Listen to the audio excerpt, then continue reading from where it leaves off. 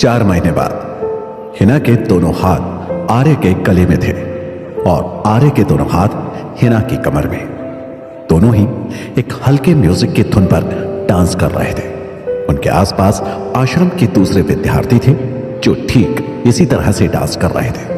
आर्य ने काले रंग का कोट पैंट पहन रखा था, जबकि हिना ने काले रंग का सितारों वाला गाउन। हिना ने एक रोमांटिक अंदाज बनाते हुए कहा, अगर मैं कहूँ तुम इस दुनिया के सबसे अनोखे लड़के हो तो ये गलत नहीं होगा।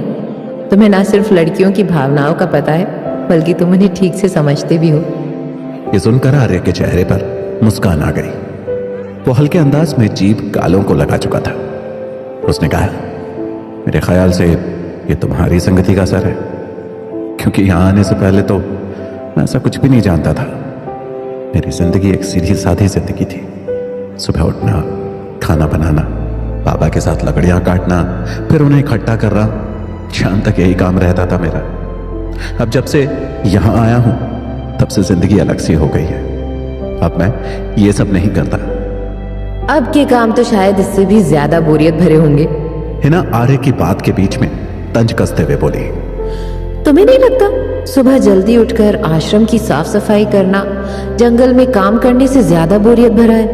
बिल्कुल भी नहीं, आर्य ने तीखी मुस्कान के साथ जवाब दिया। तभी दोनों कुछ देर के लिए अलग हुए।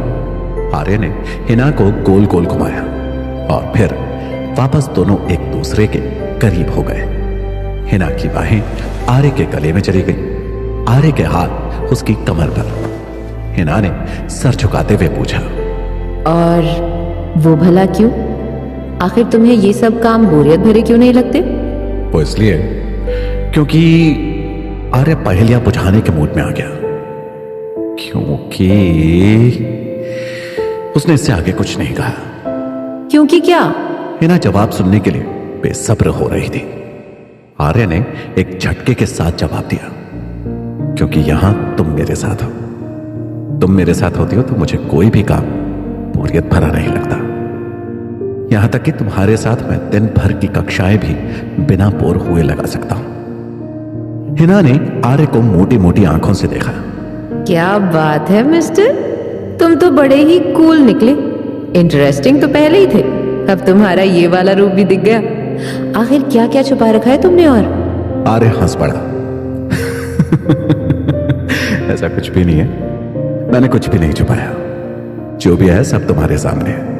एक सीधा साधा 16 साल का लड़का, नहीं अब 17 का हूं। मेरा जन्मदिन फरवरी में आता है, जिसे निकले हुए 2 महीने हो चुके हैं। तो मैं एक सीधा साधा 17 साल का लड़का हूं जो बिना किसी राज और रहस्य के तुम्हारे सामने खड़ा है। आर्य ऊपर की तरफ देखने लगा। वो कुछ और भी सोच रहा था जो उसे कहना था, मगर तभी अचानक हिना ने उसके पेट में जोरदार खंजर चुप उठाया और वो पूरी तरह से सख्ते में आ गया। खंजर उसके पेट की आंतड़ियों को चीरता हुआ दूसरी ओर पीठ की तरफ से बाहर निकल आया। हिना ने अपने चेहरे पर शैतानी मुस्कान दिखाई और खंजर वापस बाहर निकाल लिया। उसने कहा, तुम सीधे साधे नहीं हो। इस दौरान